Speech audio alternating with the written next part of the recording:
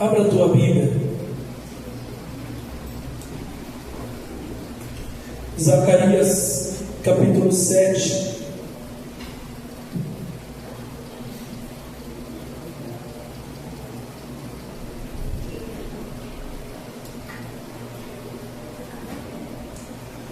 Livro de Zacarias, capítulo 7, amém?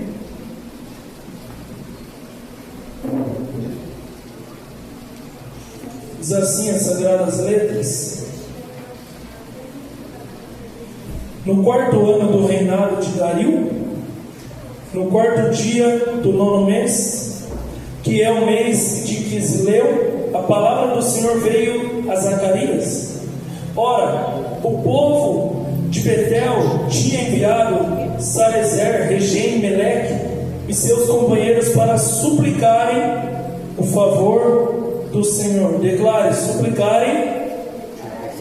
suplicarem o favor do Senhor. Amém. Perguntando aos sacerdotes que estavam na casa do Senhor dos Exércitos e aos profetas: devemos nós continuar a chorar com jejum no 5º mês, como temos feito por tantos anos? Versículo 4.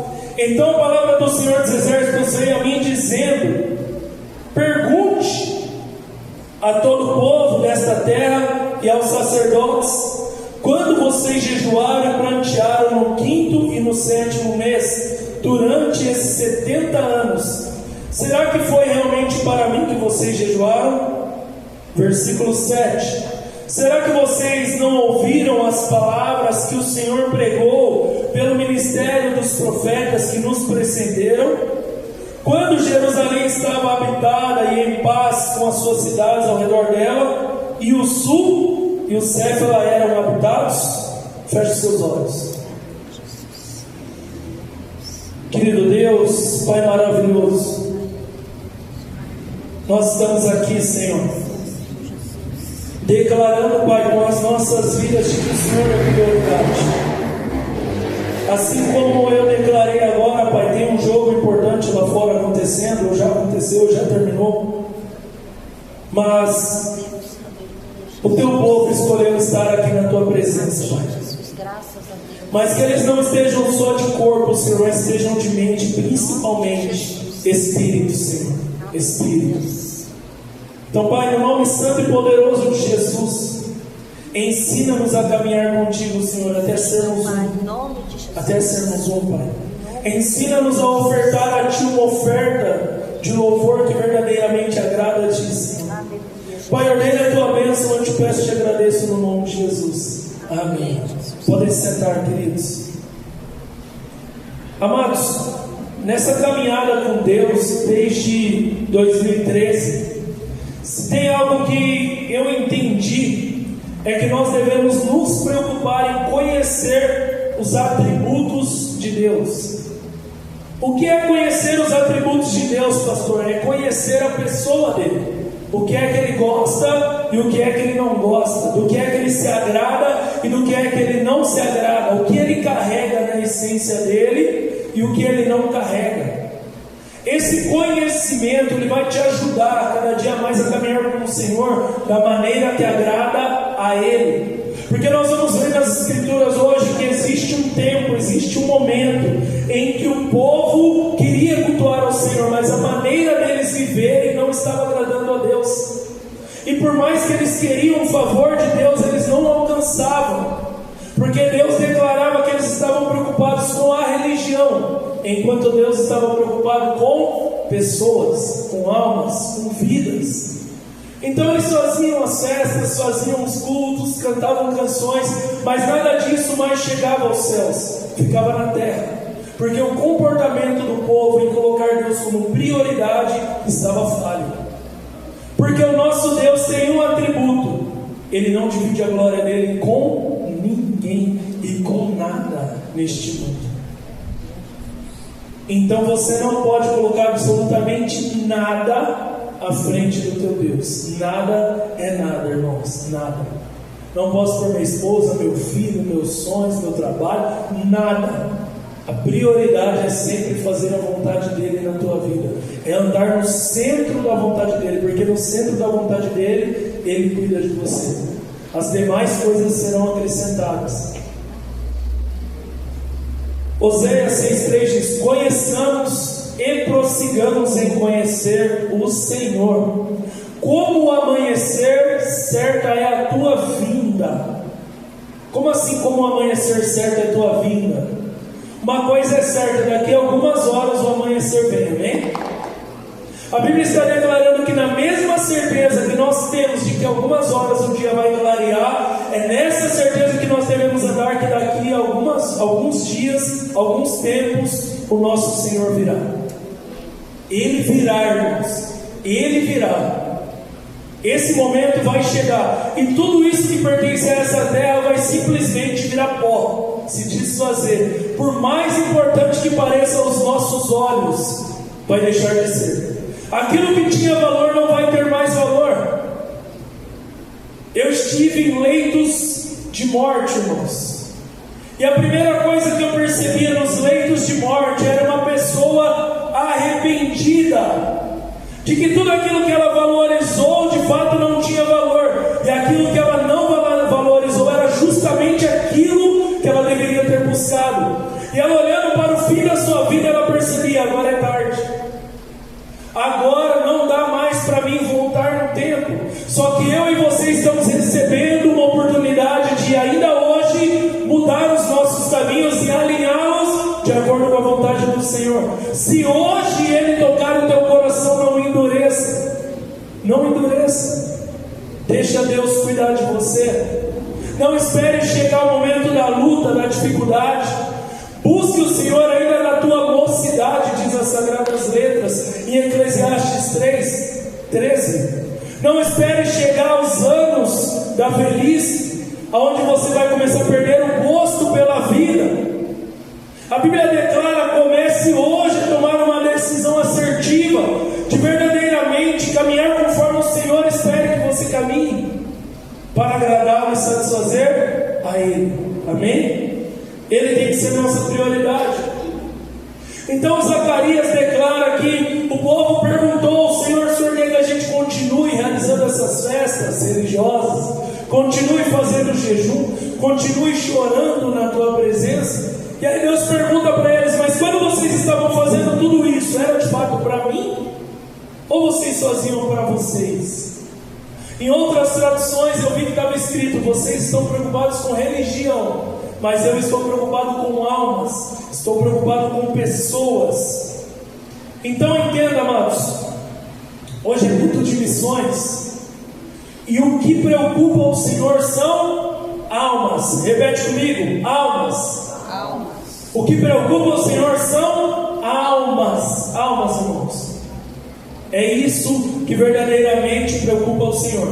É se o pecador vai se arrepender dos seus pecados e vir para Ele. As demais coisas para Deus não são preocupantes. Ele vai fazer tudo o que tiver que fazer para que esse propósito se cumpra. Tudo que Ele tiver que fazer. Se Ele tiver que apertar o teu povo para que o teu povo volte à ciência de entender que Ele tem que ser a prioridade, Ele vai apertar. Se Ele tiver que castigar o teu povo, Ele vai castigar. Se Ele tiver que escravizar o teu povo, Ele vai escravizar. Porque Ele é um Deus ruim? Não, porque as coisas dessa terra não são mais importantes para Ele do que a salvação da minha e da tua alma. Então o que Ele tiver que realizar, Ele vai realizar, até que você desperte e entenda que Ele tem que ser o primeiro, e que só existe esse lugar para Ele na tua vida. Não tem como Ele servir, não tem como você servir a Ele se Ele não for o primeiro. Amém? Zacarias capítulo 3 agora. Quem vai te limpar, quem vai te purificar, quem vai trocar as suas vestes pecaminosas é o Senhor. E não tem como a gente colocar Ele, falar que Ele está sendo prioridade em nossas vidas, se nós ainda estamos dando lugar para o pecado, se nós ainda estamos dando lugar para o erro, para as coisas que desagradam a Ele. A Bíblia diz que Ele é luz e nele não há trevas alguma. em que aquele que vive na prática do pecado ainda não conhece, ainda não está alinhado, aliançado com a vontade dele. Então Zacarias capítulo 3 vai mostrar para nós algumas coisas das quais você tem que ter total ciência. No versículo 1 diz: Deus me mostrou o sumo sacerdote Josué, que estava diante do anjo do Senhor. Mostrou também Satanás, que estava à direita de Josué, para o acusá-lo. Nós temos um acusador, irmãos. Nós temos um ser maligno, um ser diabólico, um ser onde tudo que ele carrega é maldade, destruição e morte, que ele também tem uma preocupação: é tirar eu e você dos caminhos de Deus, é fazer com que nós envergonhemos a Deus com as nossas ações, uma ação pecaminosa. Esse é o maior projeto do diabo para todo e qualquer ser humano. Então no versículo 2 vai dizer: Mas o Senhor disse a Satanás, que o Senhor o repreenda. Satanás, sim, que o Senhor que escolheu Jerusalém o repreenda. Não é este um toco de lenha tirado do fogo? Quem era o toco de lenha tirado do fogo? Sumo sacerdote Josué. Para Deus, a Bíblia diz: o que somos nós, Senhor, para que o Senhor ocupe-se com a gente, preocupe-se com a nossa vida. Então, diante daquele plano celestial, onde o sumo sacerdote agora seria julgado, Deus estava olhando para ele e falando: olha, este ser, o humano, perante nós, ele é só um toco de lenha tirado do fogo, mas ainda assim eu vou amá-lo, ainda assim eu vou cuidar dele, ainda assim eu darei a ele vestes novas, vestes de santidade, ainda assim eu apresentarei a ele um plano de salvação, ainda assim eu o amei e o amo até hoje. Isso são atributos de Deus, irmãos. Nada pode nos afastar do amor de Deus. Ainda que sejamos seres insignificantes, Ele ainda assim entregou o Teu Filho por amor de nós, para querer verdadeiramente nos apresentar um plano de salvação. E este mesmo plano de salvação que nós, missionários, nós, embaixadores do reino, temos que apresentar àqueles que ainda estão buscando as coisas dessa terra como prioridade. Então nós temos que entender que não podemos servir ao Senhor de qualquer maneira, não podemos fazer de qualquer jeito, relaxadamente, achando que estamos agradando a Ele. Existem coisas que Ele odeia, a Bíblia declara. Então eu e você devemos lutar com todas as forças para não realizar essas coisas que Ele odeia. Senão no dia do juízo, no dia em que nós estivermos neste lugar onde estava o sumo sacerdote Josué, Satanás vai lá nos acusar. E se perante a lei do Senhor nós não estivermos acertados, sim, nós seremos condenados.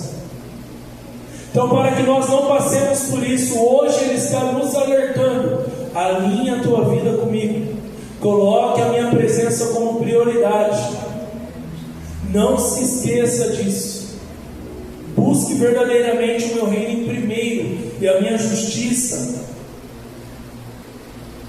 Versículo 3, olha como estava Josué neste lugar. Ora, Josué estava diante do anjo vestido com muitas roupas sujas. Roupas sujas. Mas o sangue do Cordeiro é capaz de nos limpar e nos purificarmos. O sangue do Cordeiro, por pior que estejam as suas vestes hoje, é capaz de te purificar. Por isso você não pode esperar os tempos passarem para querer alinhar as coisas com Deus. Ontem nós estávamos conversando, eu e o Djalma e o Danilo, irmão da Joyce, e nós estávamos falando do acidente dos Mamonas Assassinas e o quão diabólico foi a obra daqueles meninos. Foi uma obra extremamente diabólica, irmãos. Eles perverteram crianças. Eles ensinaram coisas horríveis a crianças. Eles fizeram com que toda uma geração buscasse as coisas erradas. Então nós estávamos conversando sobre isso e aí a gente estava declarando sobre o acidente que aconteceu com eles, que eu declarei para o Djalma que eu acredito que foi um pacto, que ia durar um ano só essa carreira mesmo, e seria aquela carreira meteórica. Eles iam cumprir o propósito das trevas deles, porque a letra deles trazia tudo de mais diabólico: moralidade sexual, estupro, zoofilia, uso de drogas. Tudo isso estava presente na letra deles, irmãos. E a gente estava ali refletindo e falando sobre as letras, e o quanto aquelas letras tiravam as nossas inocências, porque nós chegávamos para os nossos pais e fazíamos perguntas que deixavam os nossos pais de cabelo em pé, porque aquela banda que veio como uma banda brincalhona, que aparentava ser uma banda que estava trazendo uma música descontraída, infantil, na verdade estava sendo uma ferramenta nas mãos de Satanás para fazer toda uma geração se perder dos caminhos do Senhor. E nós estávamos declarando que o acidente deles foi de repente, e que não deu tempo deles se arrependerem, não deu tempo deles quererem clamar o sangue de Jesus, porque eles nem sentiram que o avião ia acontecer aquilo. Sentiram antes, né? Eles falaram: o avião vai cair e tal, começaram a fazer umas brincadeiras lá, só que no ar foi algo de repente. Não teve aquela premeditação: olha, o avião está caindo, vai acontecer isso. Não, eles iam para um lado, eles foram para o outro. O Djalma que contou com detalhes para mim, eu não conhecia, e o avião se chocou com um monte lá e acabou. Não deu tempo de tirar essas vestes sujas do pecado e colocar vestes limpas de santidade. Mas para nós ainda dá tempo. Para nós ainda dá tempo, irmãos. Então Josué estava com as vestes sujas neste lugar, neste ambiente de julgamento. E agora nós vamos para o versículo 4. O anjo tomou a palavra e disse aos que estavam diante dele: tirem as roupas sujas que ele está usando. E a Josué ele disse: eis que tirei de você a sua iniquidade, e agora o vestirei com roupas finas. Não são roupas limpas, são roupas finas. Além de limpeza, tem realeza. Esse é o amor do nosso Deus, irmãos. Além de te limpar, o que já seria o suficiente, não, Ele ainda te dá um lugar de glória, de se sentar à mesa junto com o rei agora, de ser um príncipe, de ser um embaixador do reino. Algo que Paulo declara: eu não posso me orgulhar dessas coisas. Eu faço porque para mim é uma obrigação pregar o Evangelho. Não é motivo de orgulho, mas é algo tão sublime, tão maravilhoso que eu encontrei, que eu não posso, não tenho desculpa para falar para Deus: eu não vou, eu não quero. Porque eu considerei tudo que essa terra me ofereceu até aqui como lixo, esterco, por amor a Jesus Cristo. Já não vivo mais eu, mas é Jesus que vive em mim. O viver é Cristo e o morrer é lucro. E tudo aquilo que eu declarava que era importante demais deixou de ter importância, perdeu força diante daquilo que Ele me apresentou. Não só vestes limpas, não só vestes limpas, irmãos, vestes finas, vestes de realeza, um amor incondicional, que eu olho para mim, quem eu era, nas iniquidades e nos pecados que eu vivia, e entendo que não era merecedor de absolutamente nada, mas Ele nos amou, Ele nos acolheu, Ele cuidou de nós. Nós não podemos trocar a presença dEle por qualquer coisa. Nós não podemos tratar a presença dEle como qualquer coisa. Nós temos que ter zelo, preocupação e andar em uma vida de santidade, uma vida que verdadeiramente agrada a Ele, amém? Versículo 5: ponham um turbante limpo na cabeça dele. Puseram um turbante limpo na cabeça dele, o vestiram na presença do anjo do Senhor, que disse a Josué: assim diz o Senhor dos exércitos. É aqui que está a chave, irmãos. Versículo 7: Se vocês andarem nos meus caminhos e observarem os meus preceitos, vocês julgarão o meu templo e guardarão os meus átrios. Depois dele fazer isso por nós, irmãos, agora ele pede santificação. Quando você está em uma estrada e você olha conversão à direita, está mostrando o quê? Quando você entrar à direita, não haverá mais caminhos para voltar. É um caminho só de ida. Não tem para onde voltar, irmãos. Você já está no processo de conversão, você já está no processo de purificação, de santificação. As vestes sujas do pecado já foram retiradas de você e trocadas por vestes não só limpas, mas finas. Um turbante foi colocado na tua cabeça. O Senhor está cuidando de você. O Senhor está preservando a tua vida para que um dia você more com Ele. Não troque tudo isso que Ele faz por você, por qualquer coisa. Assim como eu também não posso trocar. Não há mais espaço para negociação. Conversão é um caminho só de ida. Declare: conversão é um caminho só de ida. Não tem para onde recuar, irmãos. Afunda os barcos, queime o material de trabalho e os bois, para que você não tenha mais para onde voltar. É um caminho de ida. Versículo 8: portanto, escute, Josué, sumo sacerdote, você e os seus companheiros que estão sentados diante de você, porque estes homens são um sinal do que há de vir. Eis que eu farei vir o meu servo, o renovo. O servo já veio, irmãos. O renovo já veio. Se chama Jesus Cristo. Eu achei muito lindo que eu estava lendo a Bíblia e no Antigo Testamento fala: e nós morreremos e ressuscitaremos ao terceiro dia. As promessas que estavam declaradas sobre Jesus Cristo no Antigo Testamento estavam descritas com exatidão, com riqueza de detalhes. O renovo, o broto que brotará, que está escrito em Isaías 53, já veio. Já habitou no meio de nós, já nos ensinou esse caminho só de ida, e agora nós não temos mais para onde voltar. Vós estáis limpos pela palavra que eu vos tenho pregado, disse o Senhor. Toda vez que você dá ouvidos à palavra de Deus, e não só ouve, mas pratica, você está vivendo essa vida de purificação, de limpeza. E se nós temos a necessidade de tomar banho físico todos os dias, imagina o espiritual, irmãos. Não dá para passar um dia sem buscar a presença de Deus. Eu não darei sono aos meus olhos e descanso às minhas pálpebras, até que eu encontre um lugar para a arca do Senhor, um lugar para a presença do meu Deus. Ela é prioridade. Ela é prioridade, amém? E olhando essa escritura, eu achei muita semelhança com a do profeta Isaías no capítulo 6, né, irmãos?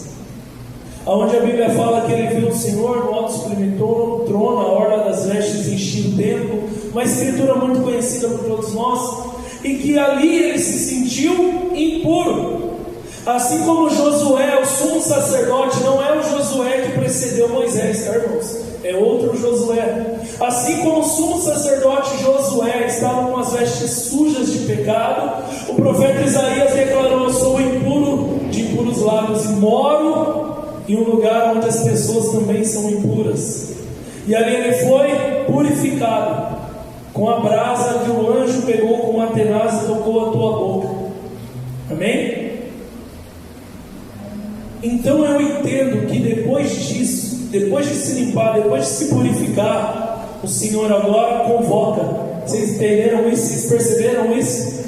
Na palavra de Zacarias ele declarou: olha, tire as vestes sujas, coloca roupas finas, coloca um turbante. Depois que ele fez tudo isso, ele declara: olha, agora permaneça dessa forma, continue nos meus caminhos, e eu vou colocar você para administrar o meu templo, para cuidar dos meus átrios.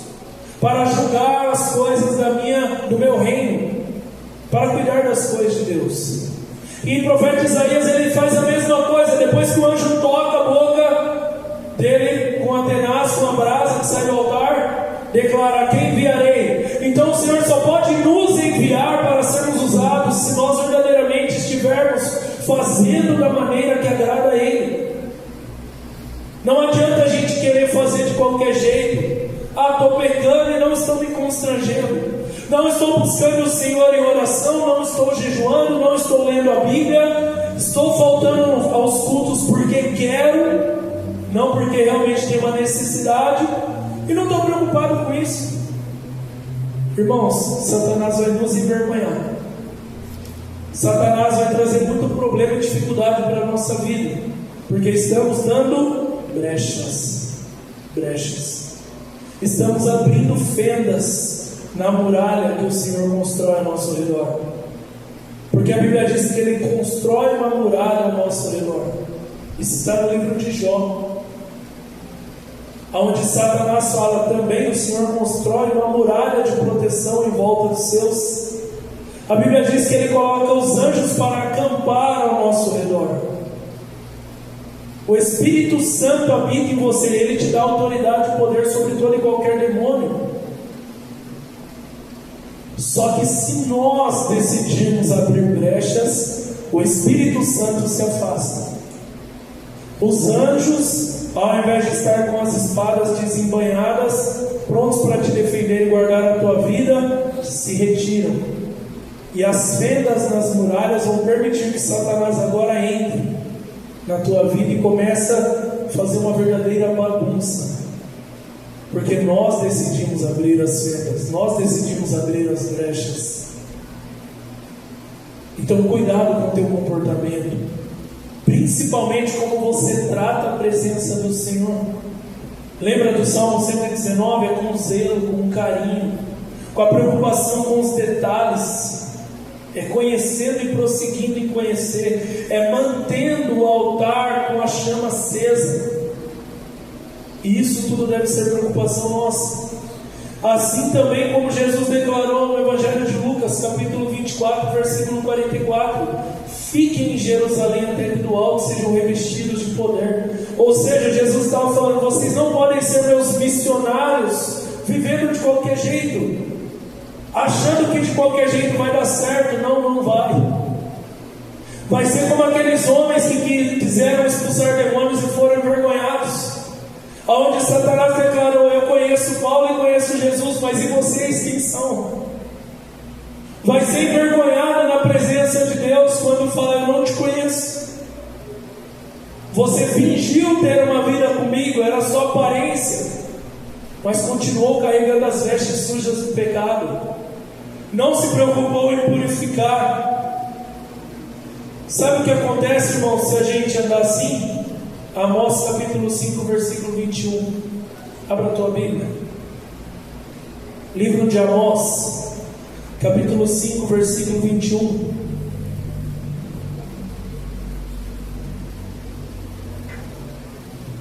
Uma verdadeira preocupação com a presença de Deus, irmãos. Isso nos é exigido se verdadeiramente queremos andar com Ele, amém? Se verdadeiramente queremos fazer a vontade dEle, devemos entender que santidade é prioridade. A busca pela presença dEle é prioridade. Servi-lo com alegria é prioridade. Amós capítulo 5, versículo 21. Deus diz: eu odeio e desprezo as suas festas, e com as suas reuniões solenes não tenho nenhum prazer. Sabe o que Deus estava declarando aqui? Não gosto do culto que vocês prestam a mim. Não estou aceitando este culto. O louvor não está me agradando, a palavra não está alinhada com a minha vontade, a maneira de vocês viverem não está subindo como um cheiro suave às minhas narinas. E o povo estava cultuando a Deus. Versículo 22: mesmo que vocês me ofereçam holocaustos e ofertas de cereais, não me agradarei deles.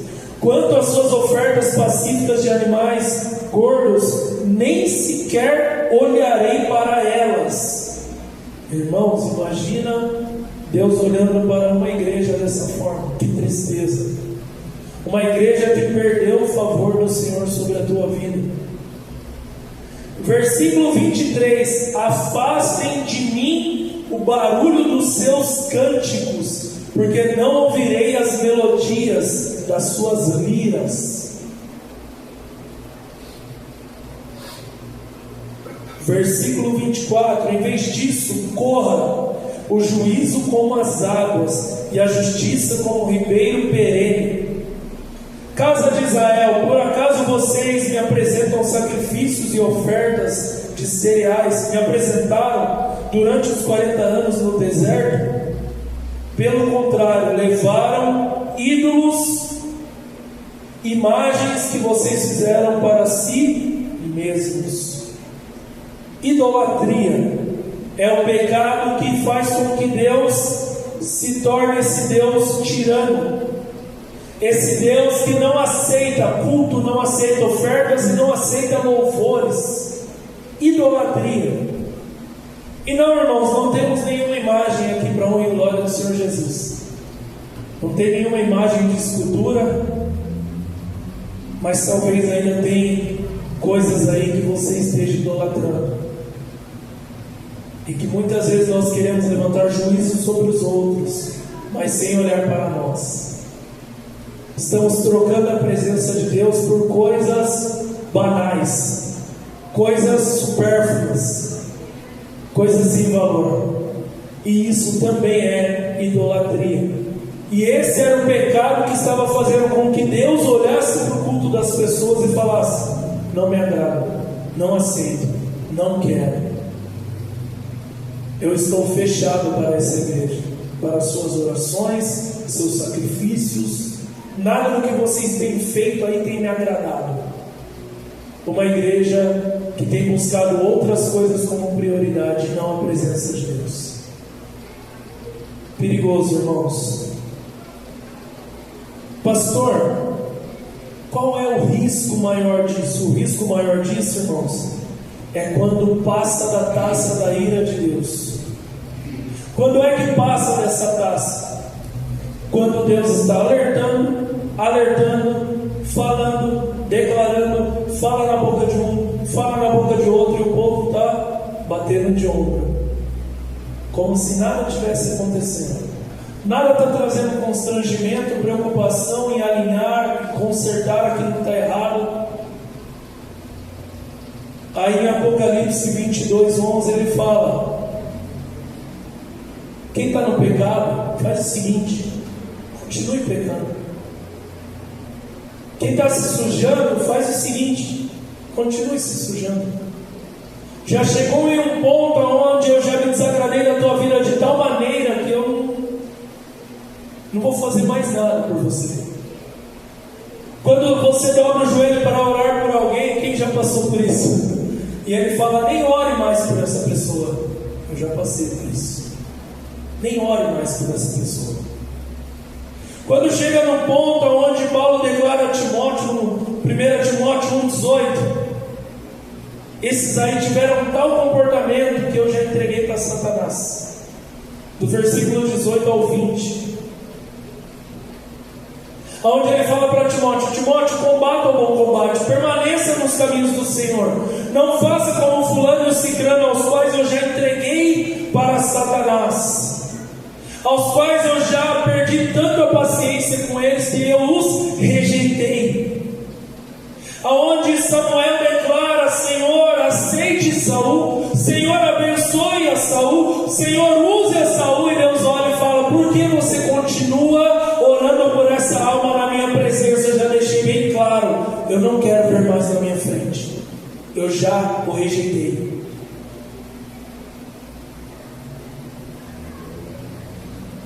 Se nós não nos arrependermos, se nós não nos preocuparmos e atingirmos este nível na presença de Deus, irmãos do céu, sabe o que a Bíblia declara? É melhor você nem ficar mais preocupado em continuar com a aparência. Se lança no pecado de vez, se perca de vez. Desfrute então das coisas da terra, já que é isso que você almeja tanto. Como Paulo falou em Romanos, no 1º capítulo, aonde Deus entregou eles para a sua imoralidade, Deus deixou. Deus simplesmente abandonou esse povo, e o pecado ali também era idolatria. Passaram a adorar mais as criaturas do que o Criador, aonde Deus deixou eles simplesmente se perderem na sua imoralidade sexual, deixou eles se debandarem por uma vida de pecado, onde eles ativaram a ira de Deus de tal forma que Deus simplesmente se esqueceu deles, deixou a deriva a própria sorte. Façam o que vocês quiserem, eu não estou nem aí mais. Já estou encerrando, irmãos. 2 Pedro capítulo 2, versículo 20.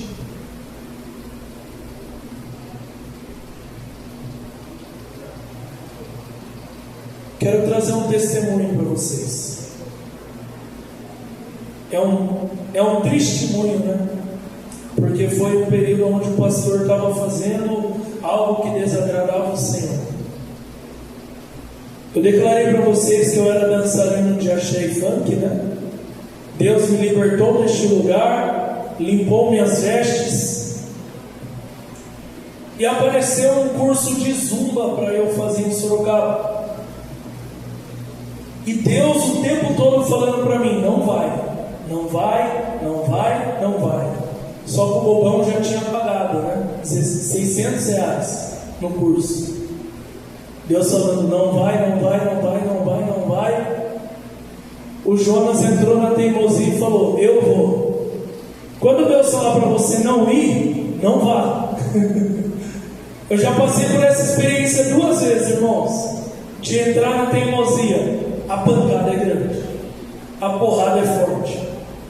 Quando Deus fala para você não vai, conselho do seu pastor: não vá, não vá, porque se você insistir em ir, você vai se arrepender. É pior do que quando o pai e a mãe terreno falam não vai. E Deus falando para mim: não vai, não vai, não vai, não, eu vou, eu já paguei, eu vou, e ponto final. Entrei no carro e fui. O Senhor falou: beleza, então filhão, só vai. O carro deu pepino na estrada, os vidros elétricos travou tudo aberto na hora de eu descer e estacionar o carro. Deixei aberto mesmo, fui pro curso dessa forma mesmo. Caiu um pé d'água, irmãos, mas um dilúvio em Sorocaba. Falei: nossa, quando chegar no carro, o carro vai estar ensopado. Os vidros travou tudo, deu tudo errado, andou tudo para trás, porque eu estava na teimosia. E aí, quando eu estava ali diante daquela situação, eu falei: Deus, o Senhor falou para mim não ir. Aí Ele falou para mim, 2 Pedro capítulo 2. Aí eu peguei meu celularzinho e abri 2 Pedro capítulo 2. Ele pediu para mim ler o capítulo inteiro aquele dia, mas com vocês eu vou só a partir do verso 20. Portanto, se depois de terem escapado das contaminações do mundo, mediante o conhecimento do Senhor e Salvador Jesus Cristo, se deixarem enredar de novo e são vencidos, o seu último estado se tornou pior do que o primeiro. Pois teria sido melhor que eles nunca tivessem conhecido o caminho da justiça, do que após conhecê-lo voltar atrás e se afastar do santo mandamento que lhes havia sido dado. Com eles aconteceu o que diz certo provérbio muito verdadeiro: o cão volta ao seu vômito, e a porca lavada volta a rolar na lama. Olha que palavrinha bonita que Deus entregou para o pastor aquele dia. Era melhor, Vitor, você nem ter se convertido. Se você ainda quer continuar nessa vida pecaminosa, era melhor você nem ter conhecido o caminho da justiça. Era melhor você ter ficado no pecado, porque agora o seu estado é pior do que quando você era no mundo, porque agora você é conhecedor. E é interessante que, se você ler versículos antes, ele declara assim: essas pessoas, à luz do dia, estão cometendo pecados, imoralidades sexuais, e não estão nem um pouco preocupados em manter a minha presença em suas vidas. Então foi direta a palavra, irmãos, foi certeira. E assim como foi certeira para mim aquele dia, eu espero que esteja sendo para vocês também hoje. Do que Deus está tratando conosco. Não dá para ser missionário de Deus na terra vivendo de qualquer maneira. Para encerrar, carta a Tiago, capítulo 4, versículo 8. Essa é a ordenança de Deus para nós, irmãos. Limpem-se. Cheguem perto de Deus e Ele chegará a vocês. Limpem as mãos, pecadores. E vocês que são indecisos, purifiquem o teu coração. Para se chegar ao Senhor, limpem as suas mãos. E você que ainda está andando dividido, não sabe se anda com Deus ou se fica no mundo, Ele está falando: purifica o teu coração. Coloque agora a couraça da justiça e busque primeiro o reino de Deus e a justiça dele. Vigie, ore, conserte a tua vida. Versículo 9: reconheçam a sua miséria, lamentem e chorem, que o riso de vocês se transforme em pranto e que a alegria de vocês se transforme em tristeza. Humilhem-se diante do Senhor e Ele os exaltará. Amém? Vamos encerrar. Feche seus olhos.